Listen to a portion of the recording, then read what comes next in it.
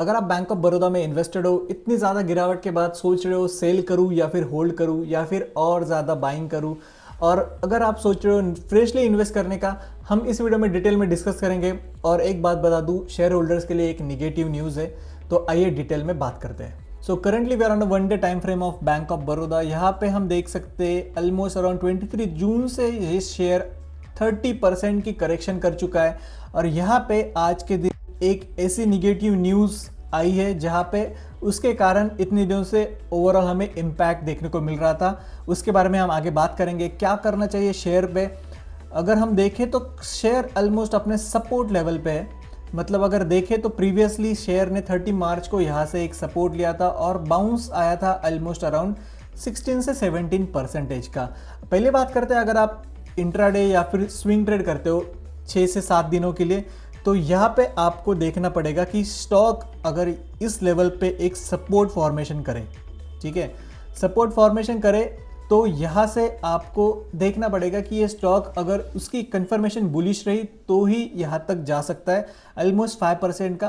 क्योंकि मुझे लग रहा है न्यूज़ के कारण जो अभी उनकी क्वार्टर्स अर्निंग आने वाली है, अगर हम देखें तो अर्निंग्स आने वाली है 3 अगस्त को एक्सपेक्टेड है एस्टिमेटेड अर्निंग।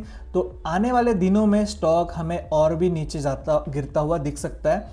तो स्विंग ट्रेडिंग के लिए मैं कंसिडर करूंगा आप स्विंग ट्रेडिंग अवॉइड करें। इंट्राडे कर रहे हो तो आप यहाँ पे शॉर्ट कर सकते हो इस शेयर को इस लेवल तक, ठीक है।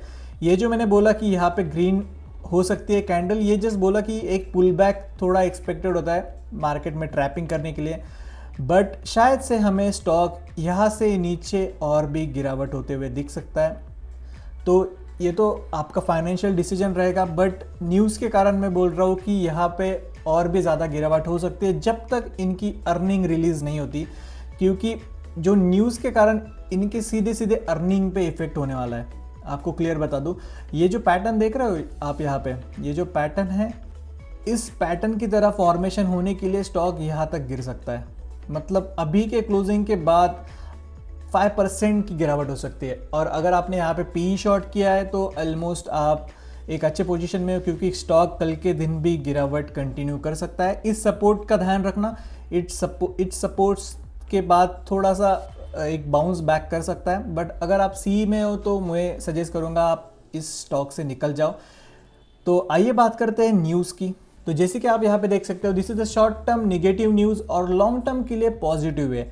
ऐसा क्यों? क्योंकि आज के दिन स्टॉक 4% की गिरावट दिया आफ्टर अनाउंसिंग 600 मिलियन, मतलब ऑलमोस्ट अराउंड 6 करोड़ का सेटलमेंट किया है कोर्ट के साथ, ठीक है। तो यहाँ पे हम देख सकते हैं Nifty PSU bank index almost become the day worst performing sector as the news weighted on the sentiment. मतलब अगर आप पीएसयू बैंक भी देखोगे तो इसी के कारण आज हमें इतनी ज़्यादा निफ्टी पीएसयू बैंक में भी गिरावट देखने को मिली, क्योंकि अमाउंट काफ़ी ज़्यादा बड़ा है। मतलब थोड़ा सा प्रेशर था बैंक पे ओवर द ईयर्स की, यार इसका सेटलमेंट नहीं हुआ है, इसका सेटलमेंट, ये अमाउंट अभी सबको पता चल गई है, 5700 करोड़ की सेटलमेंट हो चुकी है। तो यहाँ पे इसका निगेटिव कहाँ पे इम्पैक्ट होगा? इनके Q1 फाइनेंशियल ईयर पे। अभी सपोज इनको इतना बड़ा पे आउट देना है तो इनके रेवेन्यू या ओवरऑल जो चार्जेस होते हैं उन पे फ़र्क पड़ेगा, उसका रेवेन्यू डाउन होगा, उसके जो ड्यू है उसके कारण। और लॉन्ग टर्म यहाँ पे देख सकते हैं, short term negative, long term के लिए, क्योंकि अभी एक सेटलमेंट हो चुका है, मतलब ये उसके ऊपर कोई बर्डन नहीं रहा। तो यहाँ पे बैंक कुछ गलत नहीं कर रहा है, ये एक स्टेटेड हो जाता है, उसके बाद इन्वेस्टर भरोसा कर सकते हैं और इस स्टॉक में हमें फिर से एक बाउंस बैक देखने को मिल सकता है। तो जैसे कि आपने देखा, ये शॉर्ट टर्म के लिए काफ़ी ज़्यादा वर्स्ट रहेगा। जब तक क्वार्टर रिजल्ट्स नहीं आ जाते तब तक आपको स्टॉक गिरता हुआ दिख सकता है। तो अगर आप पी पे इन्वेस्टेड हो तो कॉन्ग्रेचुलेशन, आने वाले दिनों में ये और भी ज़्यादा गिर सकता है। बट अगर आपने बाय करके रखा है या फिर होल्ड करके रखा है तो मैं आपको सजेस्ट करूंगा स्टॉक से निकलने का, क्योंकि जब तक क्वार्टर रिजल्ट्स नहीं आता तब तक ये स्टॉक गिरते हुए नीचे आ सकता है। अगर आप लॉन्ग टर्म की बात करें तो हम चार्ट पे जाके बात करते हैं कि लॉन्ग टर्म में हमें कैसा इसमें ग्रोथ देखने को मिल सकता है। सपोजली यहाँ पे हमें कल के दिन या फिर कुछ दिनों बाद यहाँ पे स्टॉक नीचे गिरता हुआ दिख जाए, तो अगर लॉन्ग टर्म आप इन्वेस्टेड हो तो मैं एक काम करता हूँ, वीकली टाइम फ्रेम पे शिफ्ट हो जाता हूँ।